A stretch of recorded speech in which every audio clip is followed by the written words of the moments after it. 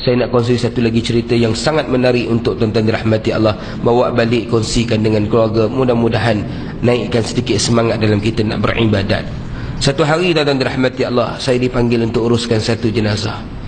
Petang, selingkungan dalam pukul 5 lebih, tuan-tuan dirahmati Allah, saya dipanggil. Saya bergegas ke hospital. Sampai di hospital, saya dimaklumkan oleh seorang sahabat, "Ustaz, orang yang mati ini, yang Ustaz tunggu ni, si mati." Masa saya sampai itu jenazah belum sampai lah. Jenazah dalam perjalanan nak sampai. Sebab bila kita pergi ambil jenazah, tuan-tuan, tak boleh pakai ambulan. Orang kalau dah meninggal, dia tak naik ambulan. Belum sah meninggal baru naik ambulan. Mati atas ambulan tak apa, tapi kalau sebelum naik dah mati, memang ambulan tak angkat. Itu memang tak tahu dia punya prosedur kot. Itu memang prosedur, tuan-tuan.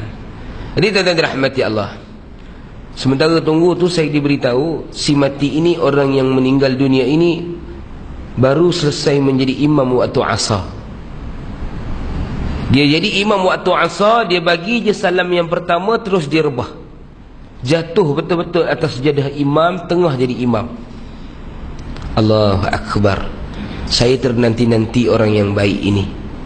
Sampai saja dia, tuan-tuan, saya terus tengok dia dalam keadaan yang baik.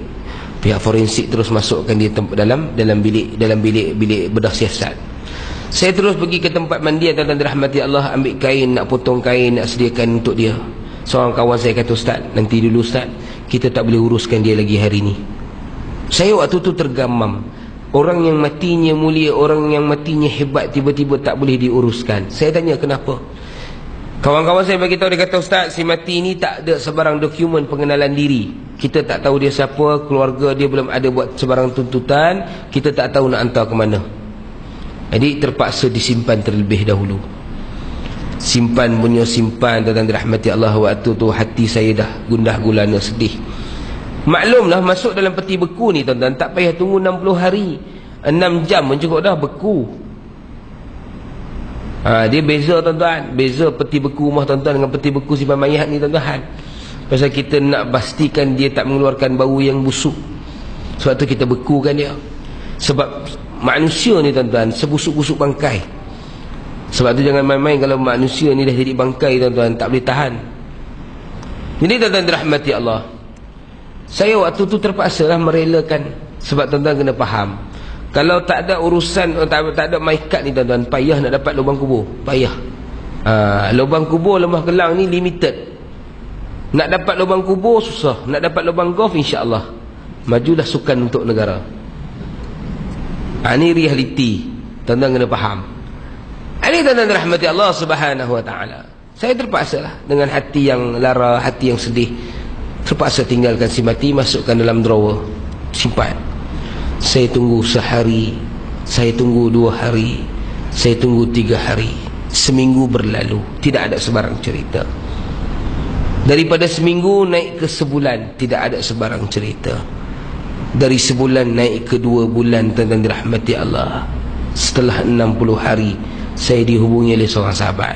Ustaz ingat lagi tak jenazah tempoh hari? Okey, kita dah dapat pengesahan, kita dah ada keluarga yang datang tuntut, kita dah ada dokumen semua. Ustaz boleh datang kalau Ustaz nak urus jenazah. Kalau tak, saya panggil orang lain.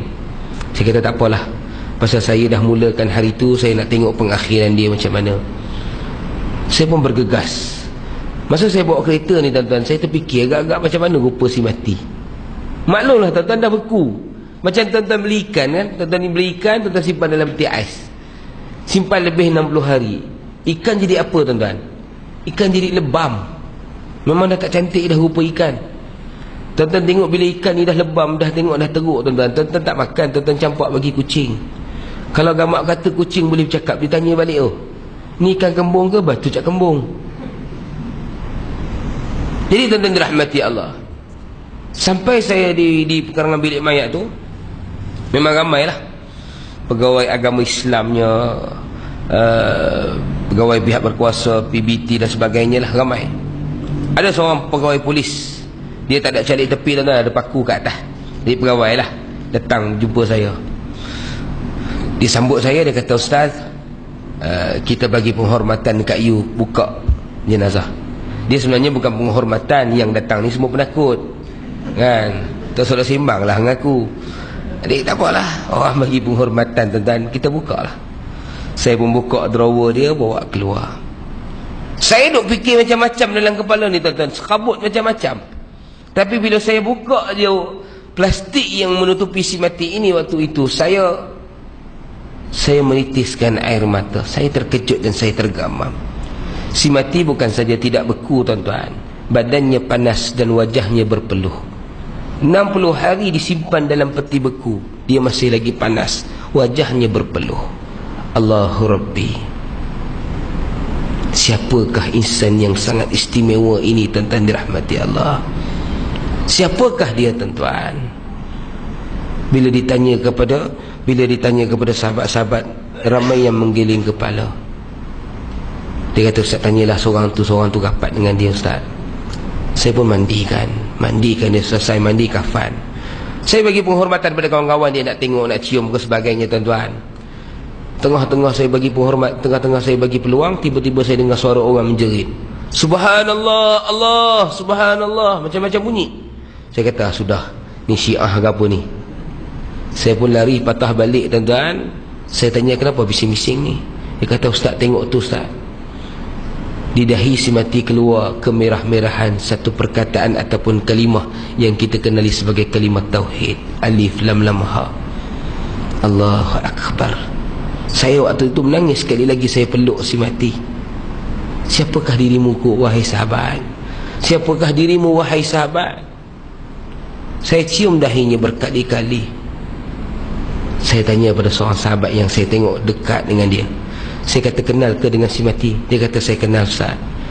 Si mati ini waktu umurnya 11 tahun dia jadi anak yatim piatu, tak ada keluarga. Jadi pondok ambil dia jadikan sebagai anak angkat pondok.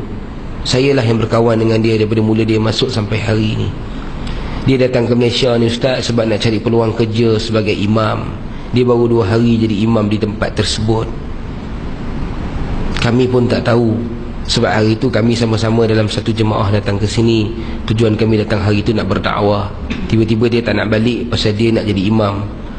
Dia ditawarkan jadi imam. Jadi Ustaz, sejak saya kenal dia daripada umur 11 tahun, dia ni susah dan sukar untuk tinggalkan solat malam. Dan antara solat malam yang menjadi rutin hidupnya adalah solat sunat tasbih. Allahu Akbar. Bila saya dengar tuan-tuan, lagi menitis air mata. Mulianya hatinya, mulianya dirinya tuan-tuan, menjadikan solat sunat tasbih itu sebagai amalan harian. Cuba kita tanya diri kita tuan-tuan, setahun berapa kali kita buat solat sunat tasbih? Agak-agak dengan amalan yang kita tidak seberapa ini, bagaimana kita nak bertemu dengan Allah? Mudah-mudahan tuan-tuan, sedikit suntikan cerita itu dapat memberi satu gambaran yang baru kepada tuan-tuan untuk bersedia dan melakukan persediaan ketika nak bertemu dengan Allah kelak insya-Allah.